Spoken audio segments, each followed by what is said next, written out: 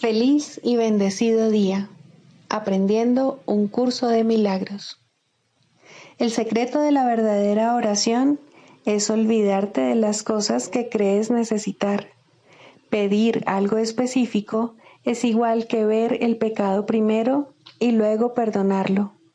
Del mismo modo, al orar pasas por alto tus necesidades específicas, tal como las ves, y las dejas en manos de Dios.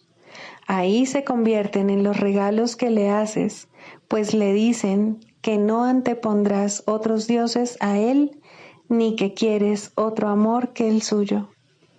Este libro es un comienzo, no un final.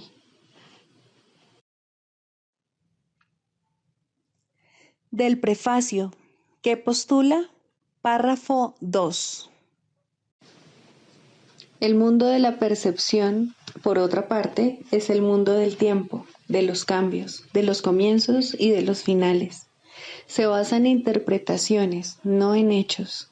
Es un mundo de nacimientos y muertes, basado en nuestra creencia en la escasez, en la pérdida, en la separación y en la muerte. Es un mundo que aprendemos en vez de algo que se nos da. Es selectivo en cuanto al énfasis perceptual, inestable en su modo de operar e inexacto en sus interpretaciones. Introducción. Este es un curso de milagros. Es un curso obligatorio. Solo el momento en que decides tomarlo es voluntario. Tener libre albedrío no quiere decir que tú mismo puedas establecer el plan de estudios.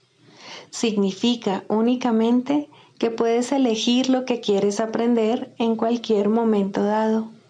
Este curso no pretende enseñar el significado del amor, pues eso está más allá de lo que se puede enseñar.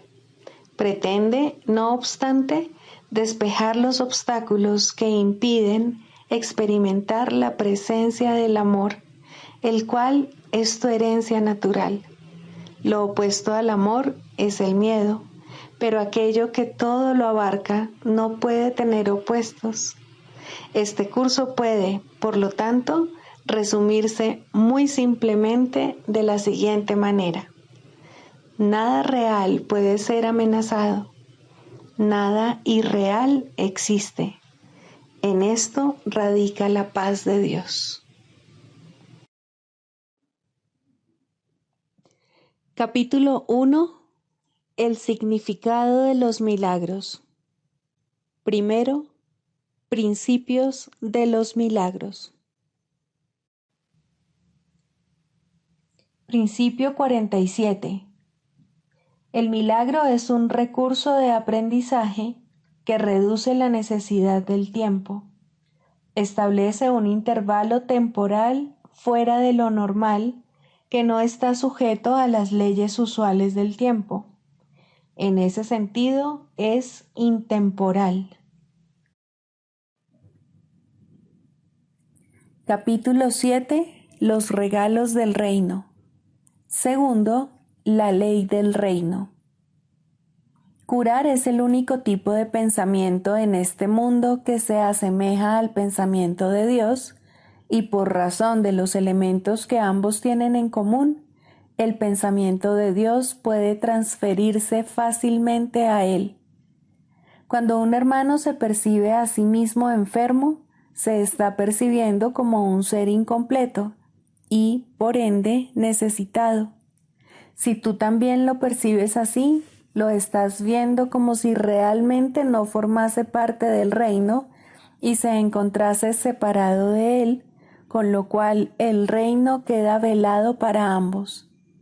La enfermedad y la separación no son de Dios, pero el reino sí. Si enturbias el reino, estarás percibiendo lo que no es de Dios. Curar es, por consiguiente, corregir la percepción de tu hermano y la tuya, compartiendo con él el Espíritu Santo. Esto os sitúa a ambos dentro del reino y reinstaura la plenitud del mismo en vuestras mentes. Es también un reflejo de la creación, porque unifica al aumentar e integra al extender. Lo que proyectas o extiendes es real para ti. Esta es una ley inmutable de la mente, tanto en este mundo como en el reino. El contenido, sin embargo, es diferente en este mundo porque los pensamientos que dicha ley gobierna aquí son muy diferentes de los pensamientos del reino. Las leyes deben adaptarse a las circunstancias si es que han de mantener el orden. La característica más sobresaliente de las leyes de la mente, tal como operan en este mundo, es que al obedecerlas, y yo te aseguro que tienes que obedecerlas, puedes obtener resultados diametralmente opuestos. Esto se debe a que dichas leyes han sido adaptadas a las circunstancias de este mundo en el que parece posible obtener resultados diametralmente opuestos porque puedes responder a dos voces que se oponen entre sí. La ley que prevalece dentro del reino se adapta fuera de él a la premisa «crees en lo que proyectas». Esta es la manera en que enseña, porque fuera del reino es esencial aprender. Dicha manera de enseñar implica que aprenderás lo que eres de lo que hayas proyectado sobre los demás y de lo que, por lo tanto, crees que ellos son. En el reino ni se enseña ni se aprende porque en él no hay creencias, tan solo hay certeza. Dios y sus hijos, en la certeza de ser, saben que eres lo que extiendes. Esa expresión de la ley no se puede adaptar a nada porque es la ley de la creación. Dios mismo creó la ley al crear mediante ella, y sus hijos que crean de la misma manera que Él, la acatan de buen grado, sabiendo que la expansión del reino depende de ella, tal como de ella dependió su propia creación. Para que las leyes puedan ser útiles, tienen que comunicarse. En efecto, tienen que ser traducidas para aquellos que hablan distintos idiomas. Un buen traductor, no obstante, si bien tiene que alterar la forma de lo que traduce, jamás altera el significado. De hecho, su único propósito es cambiar la forma, de modo que la traducción conserve el significado original. El Espíritu Santo es el traductor de las leyes de Dios para aquellos que no las entienden. Tú no podrías hacer eso por tu cuenta, porque una mente en conflicto no puede serle fiel a un solo significado y, por lo tanto, altera el significado para conservar la forma. El propósito del Espíritu Santo al traducir es exactamente el opuesto. Traduce únicamente para conservar en todos los idiomas y desde cualquier punto de vista el significado original. Por consiguiente, se opone a la idea de que las diferencias en lo relativo a la forma sean significativas, subrayando siempre que esas diferencias no importan. El significado de su mensaje es siempre el mismo. Lo único que importa es el significado. La ley de Dios que rige a la creación no entraña el uso de la verdad para convencer a sus hijos de la verdad. La extensión de la verdad, que es la ley del reino, radica únicamente en el conocimiento de lo que es la verdad. Esta es tu herencia y no tiene que aprenderse en absoluto, pero cuando te desheredaste a ti mismo, te convertiste por necesidad en un alumno. Nadie pone en duda la relación que existe entre el aprendizaje y la memoria. Es imposible aprender sin memoria ya que lo que se aprende tiene que ser consistente para que se pueda recordar. Por eso es por lo que la enseñanza del Espíritu Santo es una lección que enseña a recordar. Dije anteriormente que el Espíritu Santo enseña a recordar y a olvidar. Pero olvidar sirve únicamente para que recuerdes de manera más consistente. Olvidas para poder recordar mejor. No entenderás sus traducciones mientras sigas escuchando dos maneras de interpretarlas. Tienes, por lo tanto, que olvidar o renunciar a una para poder entender la otra. Esta es la única manera en que puedes aprender lo que es la consistencia para que finalmente tú mismo puedas ser consistente. ¿Qué significado puede tener la perfecta consistencia del reino para los que están confundidos? Es evidente que la confusión del alumno interfiere en su entendimiento de tal significado y, por lo tanto, le impide apreciarlo. En el reino no hay confusión, porque solo hay un significado. Este significado procede de Dios y es Dios. Puesto que es también lo que tú eres, es algo que compartes y extiendes tal como tu Creador lo hiciera. Esto no tiene que ser traducido porque se entiende perfectamente, pero sí necesita extensión porque significa extensión. La comunicación es perfectamente directa y está perfectamente unificada. Es completamente libre porque nada discordante puede jamás infiltrarse en ella. Por eso es por lo que es el reino de Dios. Le pertenece a Él y es, por lo tanto, como Él. Esa es su realidad y no hay nada que pueda afectarla. Libro de ejercicios. Pregunta 11. ¿Qué es la creación?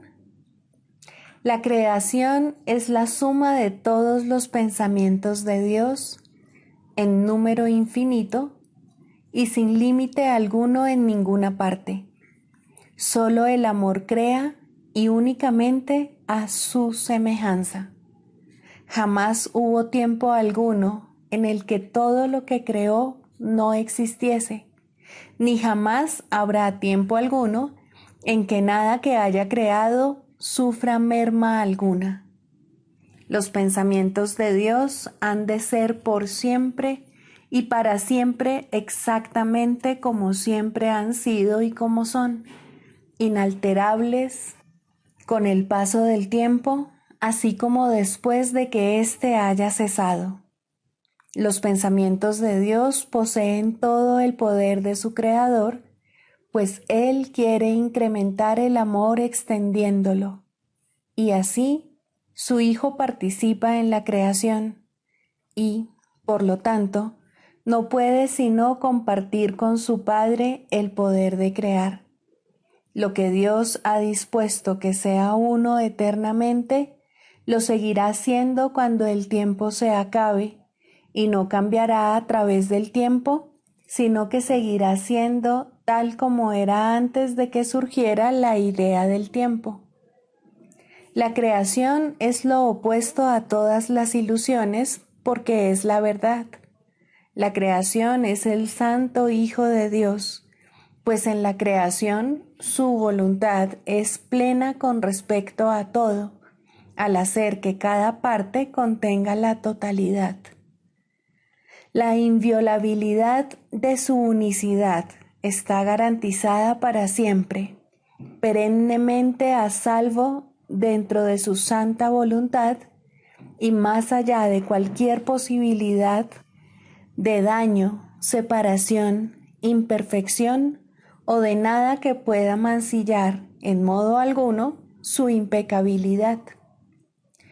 Nosotros, los hijos de Dios, somos la creación. Parecemos estar separados y no ser conscientes de nuestra eterna unidad con Él. Sin embargo, Tras todas nuestras dudas y más allá de todos nuestros temores, todavía hay certeza, pues el amor jamás abandona sus pensamientos y ellos comparten su certeza. El recuerdo de Dios se encuentra en nuestras mentes santas, que son conscientes de su unicidad y de su unión con su Creador. Que nuestra función sea únicamente permitir el retorno de este recuerdo y que su voluntad se haga en la tierra, así como que se nos restituya nuestra cordura y ser solamente tal como Dios nos creó. Nuestro Padre nos llama, oímos su voz y perdonamos a la creación en nombre de su Creador, la santidad misma, cuya santidad su creación comparte con Él, cuya santidad sigue siendo todavía parte de nosotros. Lección 324. No quiero ser guía, quiero ser simplemente un seguidor. Padre, tú eres quien me dio el plan para mi salvación. Eres asimismo quien determinó el camino que debo recorrer, el papel que debo desempeñar, así como cada paso en el sendero señalado. No puedo perderme. Tan solo puedo elegir desviarme por un tiempo y luego volver. Tu amorosa voz siempre me exhortará a regresar y me llevará por el buen camino. Mis hermanos pueden seguir el camino por el que les dirijo, mas yo simplemente recorreré el camino que conduce a ti, tal como tú me indiques y quieras que yo haga.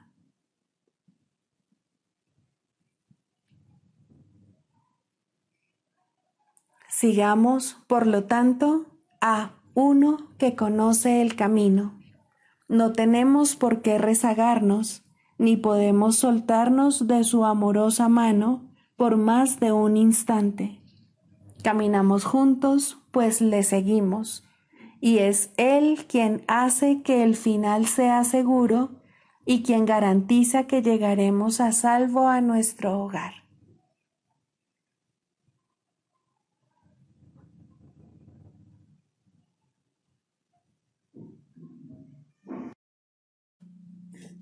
Características de los maestros de Dios. 10. Mentalidad abierta. El papel central que ocupa la mentalidad abierta, quizá el último de los atributos que el maestro de Dios adquiere, puede entenderse fácilmente cuando se reconoce la relación que guarda con el perdón. La mentalidad abierta procede de una ausencia de juicios. De la misma manera en que los juicios cierran la mente, impidiéndole la entrada al Maestro de Dios, de igual modo la mentalidad abierta lo invita a entrar. De la misma manera en que la condenación juzga al Hijo de Dios como malvado, de igual modo la mentalidad abierta permite que sea juzgado por la voz de Dios en su nombre. De la misma manera en que la proyección de la culpabilidad sobre él lo enviaría al infierno, de igual modo la mentalidad abierta permite que la imagen de Cristo le sea extendida. Solo aquellos que tienen una mentalidad abierta pueden estar en paz, pues son los únicos que ven razones para ello.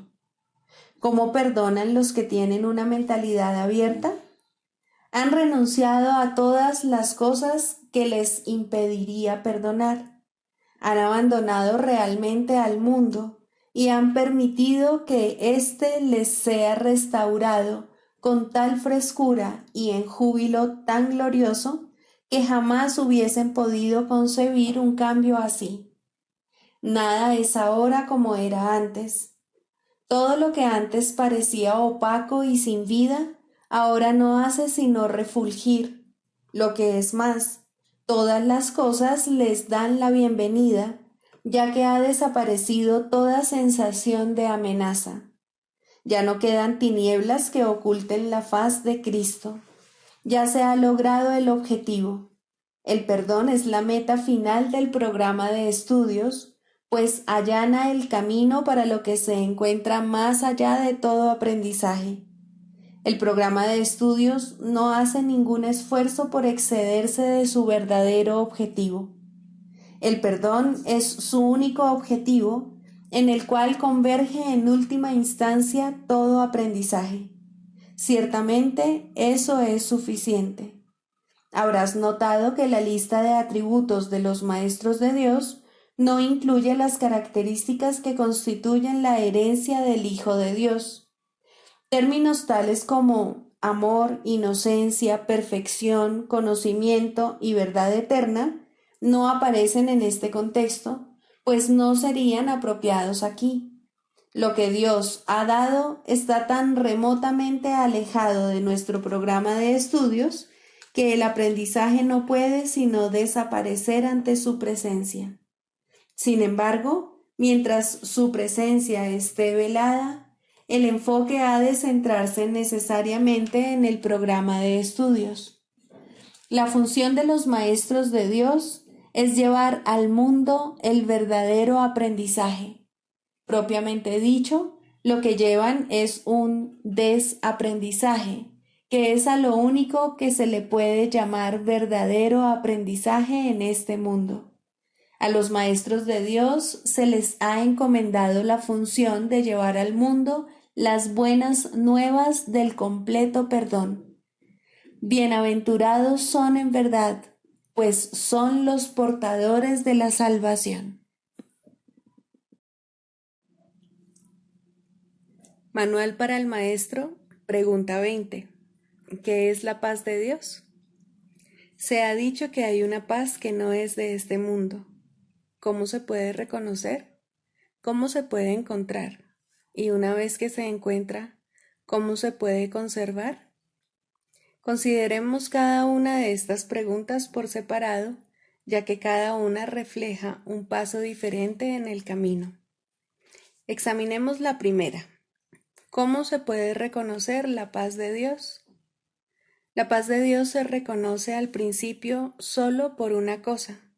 Desde cualquier punto de vista, es una experiencia radicalmente distinta de cualquier experiencia previa. No trae a la mente nada que haya sucedido antes, no evoca nada que se pueda asociar con el pasado. Es algo completamente nuevo. Existe ciertamente un contraste entre esta experiencia y cualquier experiencia del pasado, pero curiosamente, no es este un contraste que esté basado en diferencias reales. El pasado sencillamente se desvanece y la quietud eterna pasa a ocupar su lugar. Eso es todo. El contraste que se había percibido al principio sencillamente desaparece. La quietud se ha extendido para cubrirlo todo. ¿Cómo se encuentra esa quietud? Nadie que busque únicamente sus condiciones puede dejar de encontrarla. La paz de Dios no puede hacer acto de presencia allí donde hay ira, pues la ira niega forzosamente la existencia de la paz. Todo aquel que de alguna manera o en cualquier circunstancia considere que la ira está justificada, proclama que la paz es una insensatez y no podrá por menos que creer que no existe. En esas condiciones no se puede hallar la paz de Dios. El perdón es, por lo tanto, la condición indispensable para hallarla. Lo que es más, donde hay perdón, tiene que haber paz. Pues, ¿qué otra cosa sino el ataque conduce a la guerra? ¿Y qué otra cosa sino la paz es lo opuesto a la guerra? Aquí el contraste inicial resalta de una manera clara y evidente. Cuando se halla la paz, no obstante, la guerra deja de tener sentido, y ahora es el conflicto el que se percibe como inexistente e irreal. ¿Cómo se conserva la paz de Dios una vez que se ha encontrado? Si la ira retorna en la forma que sea, el pesado telón volverá a caer una vez más, y la creencia de que no es posible que haya paz inevitablemente regresará. La guerra se volverá a aceptar una vez más como la única realidad, y ahora tendrás que deponer tu espada nuevamente, aunque no te hayas dado cuenta de que la habías vuelto a blandir. Pero al recordar, aunque solo sea vagamente, cuán feliz eras sin ella, te darás cuenta de que debiste haberla vuelto a blandir para defenderte. Detente entonces por un momento y piensa en lo siguiente. ¿Prefieres el conflicto o sería la paz de Dios una opción mejor? ¿Cuál te aporta más? Una mente tranquila no es un regalo baladí. ¿No es preferible vivir a elegir la muerte? Vivir es júbilo, pero la muerte no es sino llanto. Ves en la muerte tu escapatoria de lo que has hecho, pero lo que no ves es que tú mismo inventaste la muerte, la cual no es más que una ilusión de un final. La muerte no puede ser una escapatoria porque el problema no radica en la vida.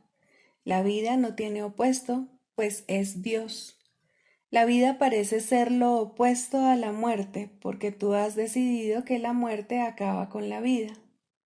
Perdona al mundo y comprenderás que nada que Dios creó puede tener fin y que nada que Él no haya creado es real. Con esta frase se resume nuestro curso. Con esta frase se le da a nuestras prácticas el único objetivo que tienen. Con esta frase se describe el programa de estudios del Espíritu Santo exactamente como es. ¿Qué es la paz de Dios? La paz de Dios no es más que esto, el simple entendimiento de que su voluntad no tiene ningún opuesto. Ningún pensamiento que contradiga su voluntad puede ser verdadero. El contraste entre su voluntad y la tuya tan solo daba la impresión de ser real. En realidad no había conflicto, pues su voluntad es la tuya. Ahora la poderosa voluntad de Dios mismo es su regalo para ti. Él no desea quedarse con ella solo para sí. ¿Por qué querrías mantener tus insignificantes y frágiles alucinaciones ocultas de Él? La voluntad de Dios es una y es lo único que existe. Ese es tu patrimonio. Todo el universo que se encuentra más allá del sol y las estrellas, así como de todos los pensamientos que puedas concebir, te pertenece. La paz de Dios es la condición para que se haga su voluntad. Alcanza su paz y le recordarás.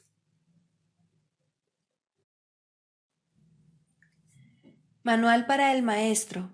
Clarificación de términos. 4. La percepción verdadera, el conocimiento. El mundo que ves no es más que la ilusión de un mundo. Dios no lo creó, pues lo que Él crea tiene que ser tan eterno como Él. En el mundo que ves, no obstante, no hay nada que haya de perdurar para siempre. Algunas cosas durarán en el tiempo algo más que otras, pero llegará el momento en el que a todo lo visible le llegue su fin. Los ojos del cuerpo no son, por lo tanto, el medio a través del cual se puede ver el mundo real, pues las ilusiones que contemplan solo pueden conducir a más ilusiones de la realidad. Y eso es lo que hacen, pues todo lo que los ojos del cuerpo ven no solo no ha de durar, sino que además se presta a que se tengan pensamientos de pecado y culpabilidad. Todo lo que Dios creó, por otra parte, está por siempre libre de pecado y por ende, por siempre libre de culpabilidad. El conocimiento no es el remedio para la percepción falsa, puesto que al proceder de distintos niveles, jamás pueden encontrarse. La única corrección posible para la percepción falsa es la percepción verdadera. Esta no perdurará, pero mientras dure, su propósito será sanar. La percepción verdadera es un remedio que se conoce por muchos nombres. El perdón, la salvación, la expiación y la percepción verdadera son todos una misma cosa. Son el comienzo de un proceso cuyo fin es conducir a la unicidad que los trasciende a todos. La percepción verdadera es el medio por el que se salva al mundo de las garras del pecado, pues el pecado no existe. Y esto es lo que la percepción verdadera ve. El mundo se yergue como un sólido muro ante la faz de Cristo, pero la percepción verdadera lo ve solo como un frágil velo, tan fácil de descorrer que no podría durar más de un instante. Por fin se ve el mundo tal como es, y ahora no puede sino desaparecer, pues en su lugar ha quedado un espacio vacío que ha sido despejado y preparado. Donde antes se percibía destrucción, aparece ahora la faz de Cristo, y en ese instante el mundo queda olvidado, y el tiempo acaba para siempre al disolverse el mundo en la nada de donde provino. Un mundo perdonado no puede durar mucho. Era la morada de los cuerpos, pero el perdón mira más allá de ellos. En eso radica su santidad.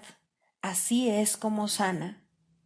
El mundo de los cuerpos es el mundo del pecado, pues sólo si el cuerpo existiese sería posible el pecado. El pecado acarrea culpabilidad tan irremediablemente como el perdón acaba con ella. Y una vez que ha desaparecido todo rastro de culpabilidad, ¿qué queda que pueda seguir manteniendo al mundo separado y fijo en su lugar? Pues la idea de lugar habrá desaparecido también junto con el tiempo. El cuerpo es lo único que hace que el mundo parezca real, pues, al ser algo separado, no puede permanecer donde la separación es imposible. El perdón prueba que es imposible porque no lo ve, y lo que entonces pasas por alto deja de ser comprensible para ti, tal como una vez estabas seguro de su presencia. Este es el cambio que brinda la percepción verdadera. Lo que antes se había proyectado afuera, ahora se ve adentro, y ahí el perdón deja que desaparezca. Ahí se establece el altar al Hijo, y ahí se recuerda a su Padre. Ahí se llevan todas las ilusiones ante la verdad y se depositan ante el altar. Lo que se ve como que está afuera no puede sino estar más allá del alcance del perdón, pues parece ser por siempre pecaminoso. ¿Qué esperanza puede haber mientras se siga viendo el pecado como algo externo? ¿Qué remedio puede haber para la culpabilidad? Mas, al ver a la culpabilidad y al perdón dentro de tu mente, estos se encuentran juntos por un instante, uno al lado del otro, ante un solo altar. Ahí, por fin, la enfermedad y su único remedio se unen en un destello de luz curativa. Dios ha venido a proclamar lo que es suyo. El perdón se ha consumado. Y ahora el conocimiento de Dios, inmutable, absoluto, puro y completamente comprensible, entra en su reino. Ya no hay percepción, ni falsa ni verdadera. Ya no hay perdón, pues su tarea ha finalizado. Ya no hay cuerpos, pues han desaparecido ante la deslumbrante luz del altar del Hijo de Dios. Dios sabe que ese altar es el suyo, así como el de su Hijo. Y ahí se unen, pues ahí el resplandor de la faz de Cristo ha hecho desaparecer el último instante del tiempo, y ahora la última percepción del mundo no tiene propósito ni causa, pues ahí donde el recuerdo de Dios ha llegado finalmente, No hay jornada, ni creencia en el pecado, ni paredes, ni cuerpos. Y la sombría atracción de la culpabilidad y de la muerte se extingue para siempre.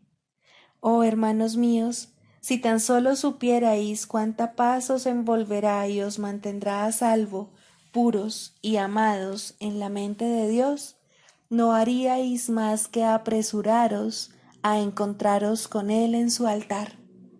Santificados sean vuestros nombres y el suyo, pues se unen ahí, en ese santo lugar.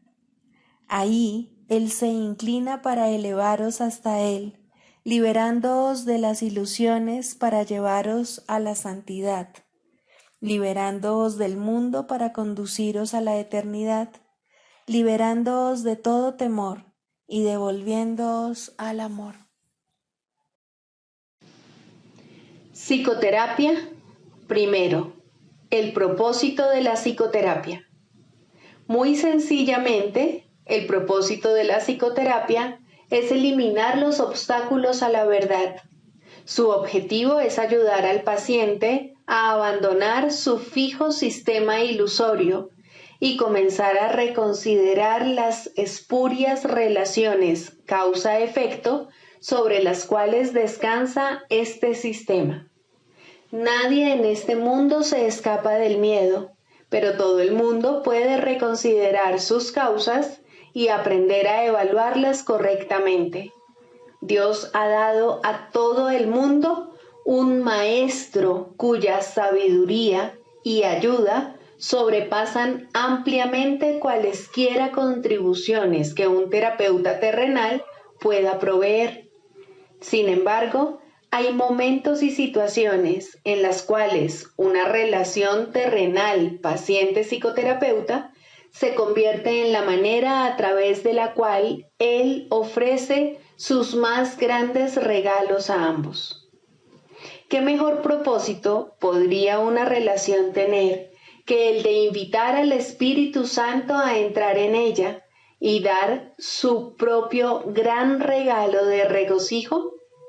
¿Qué más alta meta podría haber para cualquiera que la de aprender a invocar a Dios y escuchar su respuesta? ¿Y qué objetivo más trascendente puede haber que el de evocar el camino, la verdad y la vida y recordar a Dios? Ayudar en esto es el propósito correcto de la psicoterapia. ¿Podría algo ser más santo? Pues la psicoterapia, entendida correctamente, enseña el perdón y ayuda al paciente a reconocerlo y a aceptarlo. Y en su sanación, el terapeuta se perdona junto con él.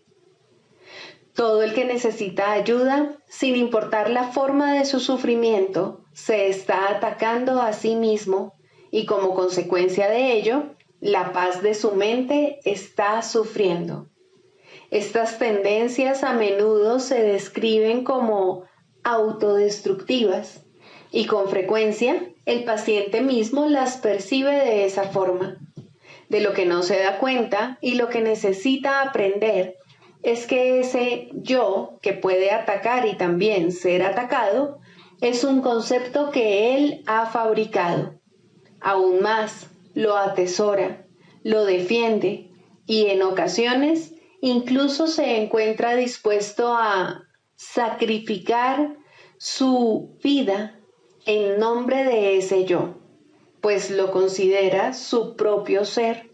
Lo ve como algo que se afecta, que reacciona a fuerzas externas según ellas lo requieren y que se encuentra indefenso en medio del poder del mundo. La psicoterapia, entonces, debe restablecer a su conciencia la habilidad para tomar sus propias decisiones. Debe disponerse a revertir su pensamiento y a entender que aquello que él creyó que proyectaba sus efectos sobre él era fabricado por sus propias proyecciones sobre el mundo. Por tanto, el mundo que ve no existe. Hasta que esto se acepte, al menos en parte, El paciente no puede verse a sí mismo como realmente capaz de tomar decisiones y luchará contra su libertad por creer que se trata de su esclavitud. El paciente no necesita pensar que la verdad es Dios para tener progresos en la salvación, pero debe comenzar a separar la verdad de la ilusión al reconocer que no son lo mismo y al estar paulatinamente más dispuesto a ver las ilusiones como falsas y a aceptar la verdad como tal. Su maestro lo conducirá desde ahí, tan lejos como se encuentre dispuesto a llegar. La psicoterapia solo puede ahorrarle tiempo.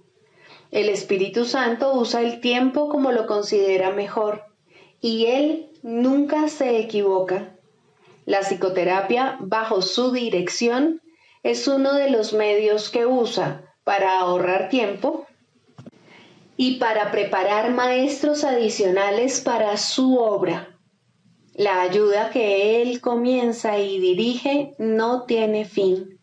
Cualquiera que sea la ruta que Él elija, toda psicoterapia finalmente conduce a Dios. Pero eso se le deja a Él. Todos somos sus psicoterapeutas, pues quiere que todos seamos sanados en Él. El canto de la oración.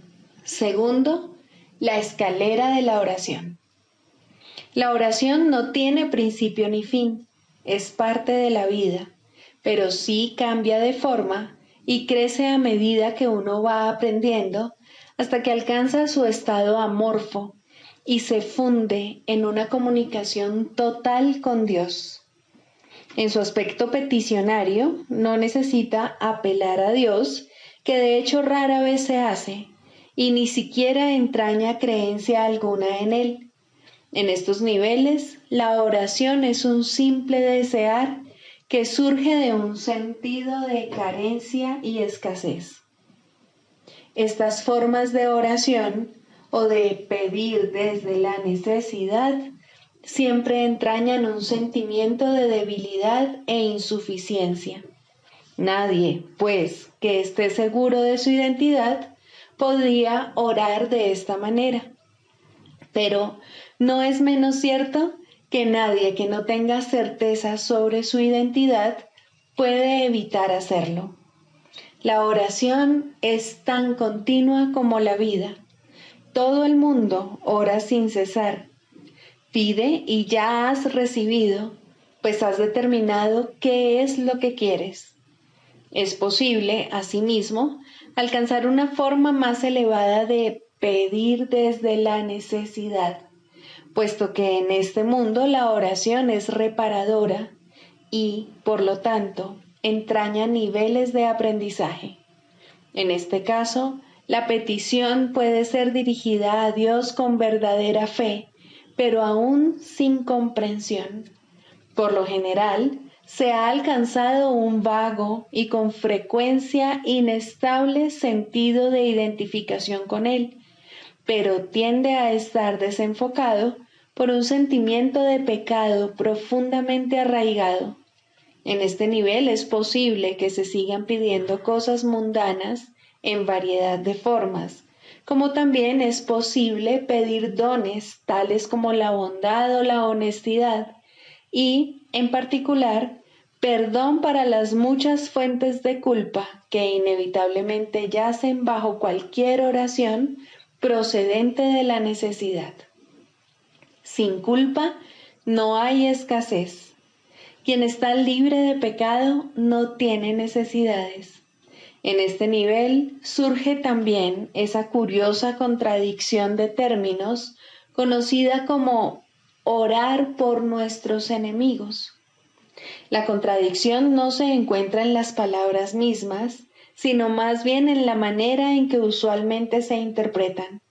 Mientras creas tener enemigos, habrás limitado tu oración a las leyes del mundo y habrás limitado también tu capacidad para recibir y para aceptar a esos mismos estrechos márgenes. Sin embargo, si tienes enemigos, tienes necesidad de oración, y una gran necesidad, por cierto. Entonces, ¿qué significa realmente la frase?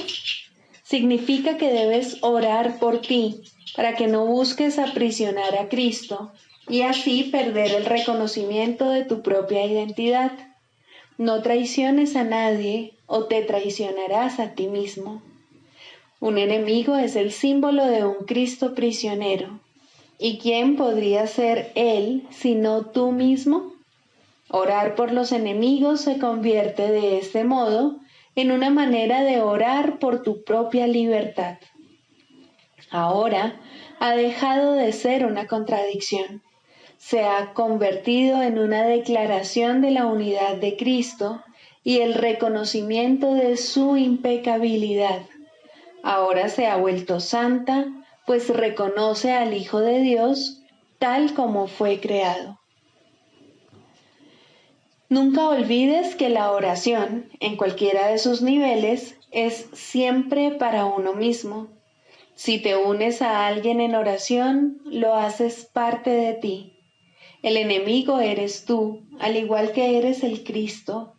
Por ello, antes de hacerse santa, la oración es una elección.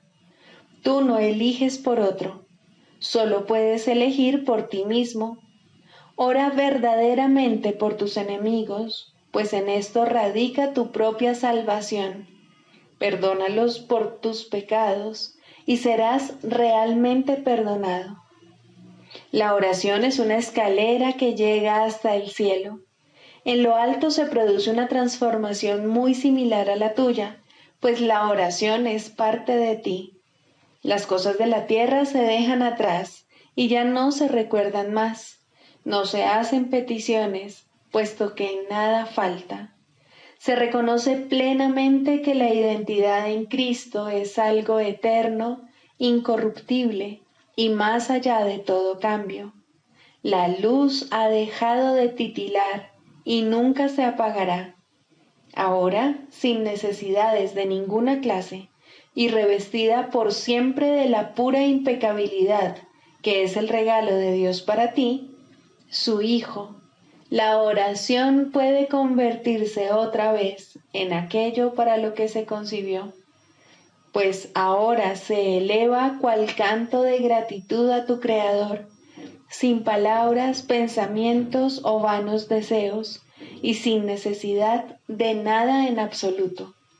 De este modo se extiende como estaba destinada a hacerlo, y por esta ofrenda Dios mismo da las gracias. Dios es la meta de toda oración, lo cual la hace eterna en vez de temporal. No tiene comienzo, pues la meta no ha cambiado jamás. La oración, en las formas que adopta inicialmente, es una ilusión, ya que no se necesita escalera alguna para llegar hasta aquello de lo que uno nunca se alejó. No obstante, la oración forma parte del perdón, mientras éste, que de por sí es una ilusión, continúe sin lograrse.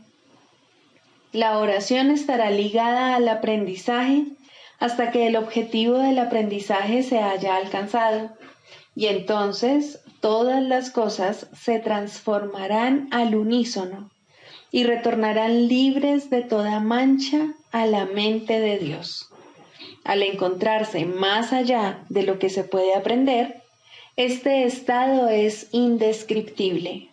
Es necesario, no obstante, entender las etapas por las que hay que pasar para su obtención, si la paz ha de ser restaurada en el Hijo de Dios, quien vive ahora en la ilusión de la muerte y el temor de Dios. Sigamos a Jesús haciendo del perdón algo tan natural como respirar y algo tan vital como el aire. Amén.